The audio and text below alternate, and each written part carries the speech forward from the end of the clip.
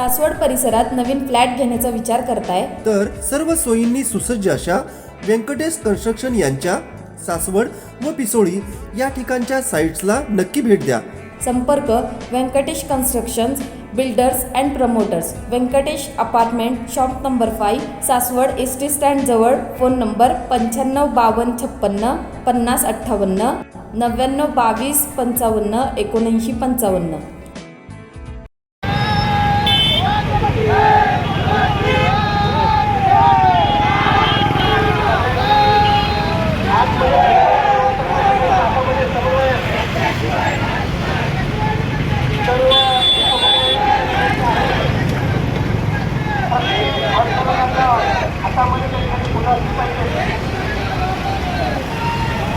आतमध्ये जाऊन सर्वांनी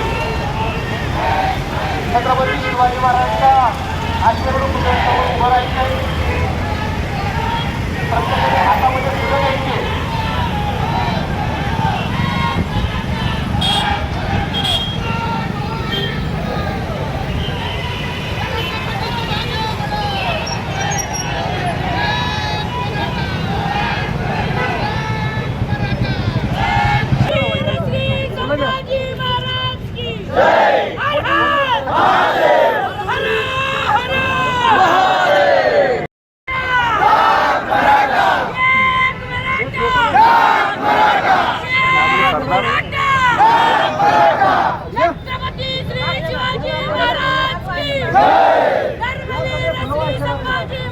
बघा मग असं चला मग काका तुम्ही जय जिजाऊ जय शिवराय. जय जिजाऊ जय शिवराय. शिवाय राहत नाही.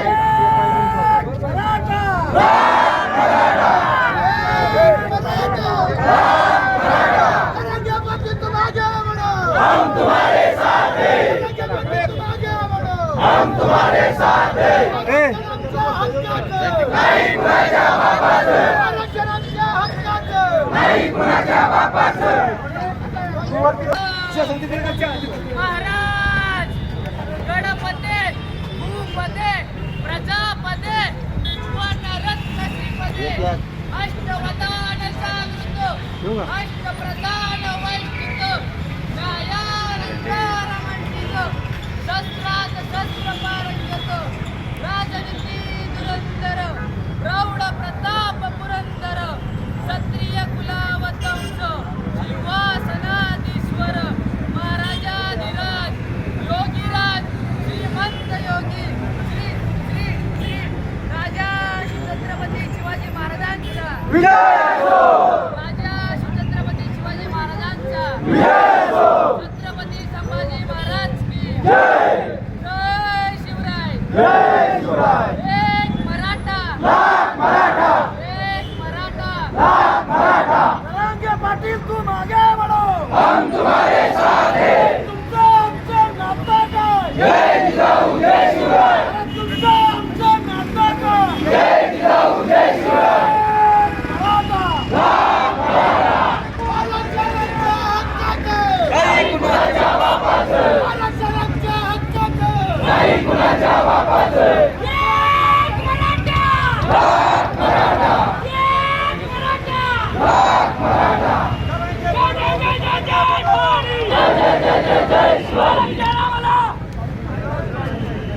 आरक्षणाचा गडही आला पाहिजे आणि त्या गडावरचा सेनापतीही. अनेक सेनापती युद्धामध्ये कामी गेले आणि त्या कामी गेलेल्या पराक्रमामुळे इतिहास काढला. पुन्हा एकदा 350 वर्षानंतर मराठी मातीसाठी मराठी अस्मितेसाठी माणूस एकत्र येतो. ते मनोज दादा जरांगे प्रत्येकाच्या काळजामध्ये असले पाहिजेत. आणि दररोज एकच करा, सकाळी उठल्याबरोबर आपलं सगळं काम झाल्यासमोर देवासमोर नतमस्तक व्हा. आयुष्यामध्ये काही दिलं नाही तरी चालेल, पण मराठ्यांसाठी लढणारा छत्रपतींचा मावळा मनोज दादा जरांगे यांना दीर्घ आयुष्य दे, कारण लढणारा मावळा गरजेचा आहे. मगाशी किशोर दादानं सांगितलं 288 पैकी 159 आपले आहेत. छत्रपती शिवाजी महाराजांना सगळी माणसं एकत्र केली, स्वराज्याचा विचार पाहिला. 159 आपले. त्याच्या पलीकडे जाऊन महाराष्ट्राच्या गादीवरचा माणूस सुद्धा आपला आहे. महाराष्ट्राच्या गादीवरचा माणूस सुद्धा आपला आहे. आजपर्यंत म्हणायचो दिल्लीचे ही तख्त राखितो, महाराष्ट्र माझा आता दिल्लीच्या वाऱ्या करतो. मला बापू एक सांगायचंय, काही महिन्यांपूर्वी एका ठिकाणी गेले, काय डोंगर काय झाडी सगळ्याचा उद्गार झाला. तिथं किती होते? 40 मध्ये आपले किती असतील मोजून बघा. तिथं जातात आणि तिथं सांगतात विकासासाठी एकत्र येतो. मला ते नेतृत्व करणाऱ्यांना एकदा सांगायचंय, तुम्ही त्या ठिकाणी गेला, सगळ्यांची वस्त्रमूठ केली, तुम्ही सत्ता पालट केलं आणि पुन्हा एकदा समाजाच्या विकासासाठी दिल्लीच्या नव्हे महाराष्ट्राच्या तख्तावर बसला. माझी हात जोडून एकदा विनंती आहे, तो पराक्रम केला ना, तसाच एकदा पराक्रम या मराठ्यांसाठी करा. तुमचा फोटो प्रत्येकाच्या देवाऱ्यात पूजला जाईल, कारण ज्यांचे तुम्ही शिष्य म्हणताय त्यानं उभा आयुष्य या महाराष्ट्रासाठी घालवलं. फक्त एकदा तो पराक्रम करा, तुमच्या सहीनं मराठ्यांचं भविष्य उजळणार आणि तो सही करणारा सुद्धा मराठा आणि हा इतिहास तेजोमय अक्षरात लिहिला जाणार आहे. तो पराक्रम करावा ही विनंती आहे. आणि आपण सांगितलं प्रत्येक गावामध्ये राजकारण्यांना बंदी आहे.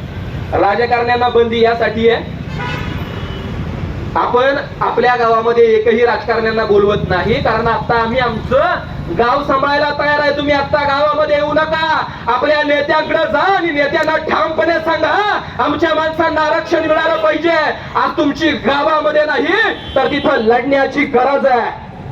2 दिवसापूर्वी इथं काही प्रकरण घडलं आणि ते प्रकरण घडल्यानंतर अनेकांना त्याचा विपर्यास केला. 2 दिवसापूर्वी इथं प्रकरण घडलं, त्याचा विपर्यास केला.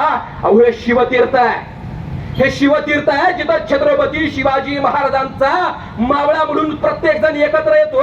तुम्ही इतर वेळी कोणत्याही रंगाचा झेंडा हातामध्ये घेऊन मिरवत असाल, याच्याशी आम्हाला काही घेणं देणं नाही. तुम्ही तुमच्या विचारांचा झेंडा घेऊन जरूर फिरा, पण शिवतीर्थावर आता येत असताना तुमच्या हातामध्ये फक्त भगवान असलं पाहिजे आणि मराठ्यांच्या विकासाचं ध्येय असलं पाहिजे.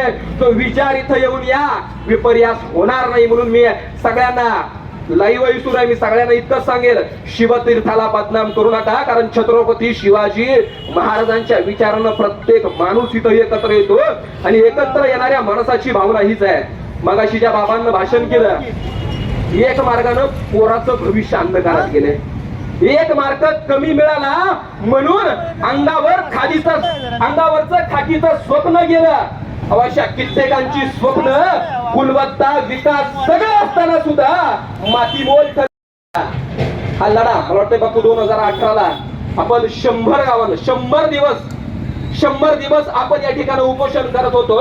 आता 2023ला मनोजदादा जरांगेंच्या रूपानं अहो 8 दिवस पोटात अन्नाचा कर नाही. छत्रपती संभाजी महाराजांचा इतिहास समोर घ्या. छत्रपती संभाजी महाराजांना पकडल्यानंतर 40 दिवसांनी मी अत्याचार केलाय, शरीरावरचं कातडं काढलंय. औरंगजेब सांगतो फक्त आमच्याकडे राजा सांगतात प्रसंगी मरायला तयार आहे, पण छत्रपती शिवाजी महाराजांचं स्वराज्य टिकवणार आहे, माता जिजाऊंचं स्वप्न जिवंत ठेवणार आहे. 40 दिवसात जगातलं एकमेव युद्ध आहे, हातामध्ये तलवार नाही. समोर शत्रूनं वार केला तर हातामध्ये तलवार नाही, हातामध्ये ढाल नाही. 40 दिवस हातामध्ये कोणतंही शस्त्र न घेता या किल्ले पुरंदरावर जन्म घेणाऱ्या छत्रपती संभाजी महाराजांना दिल्लीच्या तख्ताला टक्कर दिली आणि 1689ला महाराजांच्या मृत्यूनंतर औरंगजेबाला वाटलं महाराष्ट्र संपतो, पण 1707 पर्यंत महाराष्ट्र लढत राहिला आणि त्या नगरच्या मातीमध्ये दिल्लीच्या तख्ताला गडण्याचं काम या महाराष्ट्रानं केलं. हा आमचा इतिहास आहे. प्रसंगी आम्ही अन्नाशिवाय राहू शकतो, पण आम्ही आमच्या हक्कांसाठी जगद्गुरु तुकोबाराय म्हणतात, भले ही देव कासेची लंगोटी, नाठाळाच्या माती हनू काठी, असा जगद्गुरु तुकोबारायांचा उपदेश आहे. आज ज्या भावनेनं आपण एकत्र आलोय, मी पुन्हा एकदा आपल्या सगळ्यांना हेच सांगेल, आपल्याला उपोषण हे शांततेच्या मार्गाने करायचं आहे. एक काळ होता हातामध्ये तलवार घेऊन सुद्धा आपण युद्ध करत होतो, ते आपल्या रक्तात आहे. आणि मी सुरुवातीला सांगितलं ही तोप शिवकाळातली आहे. बापू हा योगायोग नाहीये, आपल्या मंडपामध्येच कशी काय तोप यावी, आपल्या मंडपामध्येच तोप कशी यावी. बरं ती तोप त्याऐवजी ही काय, ही शिवकाळातली तोप आहे. तोफ तुमची मजबूत त्याच वेळी असते त्या तोफेमध्ये जो दारुगोळा भरलाय तो किती क्षमतेचा आहे. त्या तोफेमध्ये असणारा दारुगोळा अर्थात ही मराठ्यांची बुलंद तोफ आहे. आपल्या एक निष्ठेचा, एका विचाराचा, एका ध्यासाचा आणि एका विचाराचा दारुगोळा या तोफेत भरून ठेवलाय. दररोज गावातला माणूस येऊन निष्ठेची दारुगोळा भरतोय.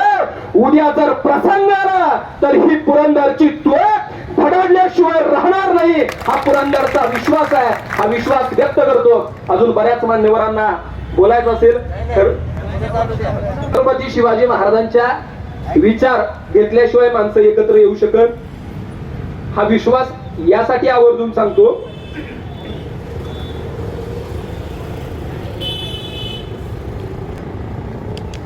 छत्रपती शिवाजी महाराजांचा विचार घेतल्याशिवाय लोक एकत्र येत नाही.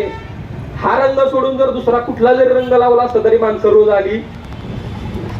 हा रंग फक्त रंग नाही, आमच्या रक्तात तो रंग आहे आणि तो छत्रपती शिवाजी महाराजांचा विचार आहे. आणि छत्रपती शिवाजी महाराजांचा विचार घेत असताना आपल्या सगळ्यांना एक मला गोष्ट सांगायची आहे.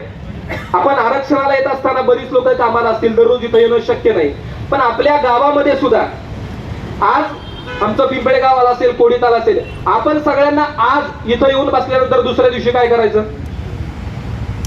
दुसऱ्या दिवशी इकडं फिरकायचं का नाही? ज्यांना वेळ आहे त्यांना इकडे फिरकलं पाहिजे, पण ज्यांना गावामध्ये वेळ आहे, भलेही तो एकटा सुद्धा मंदिरामध्ये तुम्हाला वेळ आहे ना, मंदिरामध्ये एकटे बसा, सोशल मीडियावर व्हायरल व्हा. प्रत्येक गावामध्ये इथून ठिणगी पेटवली पाहिजे आणि आपल्या गावामध्ये ती जिवंत ठेवली पाहिजे. आपलं हे इथपर्यंत मर्यादित नाही, गावानं एकत्र यावं, शिवतीर्थावर बसावं इथपर्यंत मर्यादित न राहता आपण आपल्या गावामध्ये एकटे सुद्धा उपोषण करू शकतो. याचं मूर्तिमंत उदाहरण मनोजदादा जरांगे आहे. मनोजदादा जरांगे जेव्हा या सगळ्या आरक्षणासाठी एकत्र येतात तेव्हा एकटेच बसले होते. असं वाटलं होतं का या आरक्षणासाठीचं जे उपोषण आहे महाराष्ट्रभर पसरेल? मनोजदादा आपल्या मुलाखतीमध्ये सांगत होते, आंतरवालीमध्ये जी सभा होती त्या सभेमध्ये म्हणजे आजपर्यंत राजकारण्यांसाठी गर्दी झाली आहे, आजपर्यंत सांस्कृतिक कार्यक्रमांसाठी गर्दी झाली आहे, आजपर्यंत नको त्या कारणांसाठी गर्दी झाली आहे, पण या महाराष्ट्रातली एकमेव सभा आहे जी आपल्या हक्कासाठी झाली आहे. आणि त्याचं रेकॉर्ड ब्रेक कुणीच करू शकत. नेत्यांच्या सभेला अनेक येतील, तिथं आपला स्वार्थ असतो, पण निस्वार्थपणे तिथं जाऊन आपल्या माणसांसाठी एकत्र येणं हा पहिला पराक्रम आहे. आणि त्याच्या पलीकडे जाऊन पहाटे 3 वाजता जगात कुठं सभा झाली का? पहाटे 3 वाजता भले आपण उसाला पाणी द्यायला जाऊ, पण पहाटे 3 वाजता मनोज दादा सभेसाठी उभे राहतात आणि समोर हजारोंचा जनसमुदाय आहे. अर्थात लोक रात्री सुद्धा जागे आहेत, कारण जोपर्यंत आरक्षण मिळणार नाही तोपर्यंत मराठ्यांना झोप येणार नाही. आणि हा मराठ्यांचा वारसा यासाठी आहे. पन्हाळगडावर महाराज अडकून पडले. कुठं? पन्हाळगडावर महाराज अडकून पडलेत आणि महाराज अडकून पडल्यानंतर महाराजांना तिथून सुटका करायची आहे. आज आपल्या सगळ्यांना सुद्धा अनेकांनी घेरण्याचा प्रयत्न केलाय. नको त्या विचारांना अहो राजकारण्यांना सुद्धा घेरण्याचा प्रयत्न करत असताना तो मला संदर्भ सांगायचा आहे. पन्हाळगडामध्ये महाराज अडकून पडलेत आणि महाराजांची सुटका करण्यासाठी महाराजांना युक्त्या तयार केल्या आणि त्यावेळी त्यांच्या सोबत होता शिवाकाशी. बरोबर ना? शिवाकाशी छत्रपती शिवाजी महाराजांचं रूप घेऊन कुणाला भेटायला जातो? सिद्धी जोहरला. आणि सिद्धी जोहरला सांगतात मी छत्रपती शिवाजी महाराज, पण तरी सुद्धा शिवाकाशी अखेरच्या श्वासापर्यंत लढत राहतात. आणि महाराज आता तिथून पुढे कुठे निघालेत? विशाळगडाच्या दिशेने निघालेत. प्रसंग समजून घ्या. पन्हाळगडापासून विशाळगडापर्यंत पाऊस पडतोय, शेकडो मैलाचा प्रवास आहे आणि तो प्रवास करत असताना आपण धावायचंय, आपण घोडेस्वारी करायचंय आणि आता विशाळगड जवळ करायचं आहे. त्याच वेळी बाजीप्रभू आणि बांदल सेना, बाजीप्रभू सांगतात राजा जोपर्यंत विशाळगडावरील बिलोरी तोफांचा आवाज येत नाही ना तोपर्यंत बाजी आणि बांदल लढत राहतील. राजा त्या विशाळगडावरील बिलोरी तोफांचा आवाज येऊ द्यात आणि राजे विशाळगडाच्या दिशेने आगमन करतायत. आणि त्याच वेळी बाजीप्रभू आणि बांदल त्या गोड खिंडीमध्ये ठामपणे उभे आहेत. सिद्धीजोहरचं सैन्य येतंय आणि सैन्य येत असताना बाजीप्रभू हातामध्ये शमशेर घेऊन सपासप वार करतायत. 300 बांदल सेना लढण्यासाठी तयार आहे आणि बाजीप्रभूंवर वार होतात. बाजीप्रभू अखेरच्या श्वासापर्यंत लढतात अहो 300 बांधल सेना लढता लढता आपल्या दारात तीर्थ पडते आणि जो जेव्हा विशाळगडावरील बिलोरी तोफांचा आवाज येतो तेव्हा बाजी आणि बांधल अखेरचा श्वास घेतात. हा महाराष्ट्राचा इतिहास आहे. जोपर्यंत आमचं ध्येय गडावर पोचत नाही ना तोपर्यंत अखेरच्या श्वासापर्यंत लढणं आमच्या रक्तात आहे आणि आजही तोच वारसा आम्ही जपणार आहे. आता जोपर्यंत आरक्षण मिळणार नाही तोपर्यंत प्रत्येक गावातला माणूस शिवतीर्थावर येईल आणि हा आवाज महाराष्ट्राच्या कानाकोपऱ्यामध्ये घुमणार आहे. कारण हा आवाज महाराष्ट्राच्या कानाकोपऱ्यात घुमल्याशिवाय छत्रपती शिवाजी महाराजांच्या विचारांची धूम सगळीकडे पसरल्याशिवाय दिल्लीच्या तख्ताला हादरा बसणार नाही. आणि त्यासाठी आपण एकत्र यायचं आहे. हे सगळं एकत्र येत असताना आपण कुठल्याही प्रकारचं हिंसक आंदोलन करणार नाही. दगड फेकणं आपल्या स्वभावात नाही. एक वेळ तलवारीनं वार करू पण दगड घेऊन काहीच फोडणार नाही.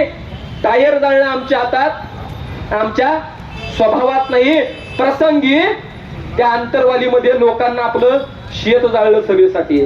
आम्ही चांगल्या कामासाठी आमचं शेत जाळू पण टायर जळून निषेध व्यक्त करणार नाही. अहो मी छत्रपती शिवाजी महाराजांचे मावळे आहोत. प्रसंगी वार करायचा असेल तर हातामध्ये तलवार घेऊ आणि शत्रूनं वार केला तर ढाल मजबूत ठेवू वार सहन करण्यासाठी. आणि त्याच विचारांना आपण सगळे एकत्र येत असताना ज्या लोकप्रतिनिधींमुळं आपण कायम काम करत असतो त्या लोकप्रतिनिधींना मला एक विनंती आहे. महाराष्ट्रभरातल्या लोकप्रतिनिधींना विनंती आहे.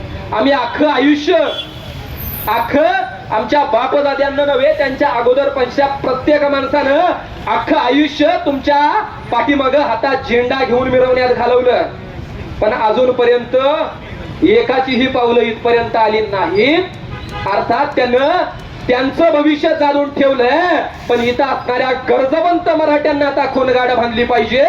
जेव्हा वेळ येईल तेव्हा तुम्ही तुमचा स्वार्थ साधला. आम्ही आमच्या लढाईमध्ये तुम्ही जर येत नसाल तर पुढचं आपण गावबंदी केली आहे. भविष्यामध्ये आपल्याला मतदानावरही बंदी करावी लागणार आहे.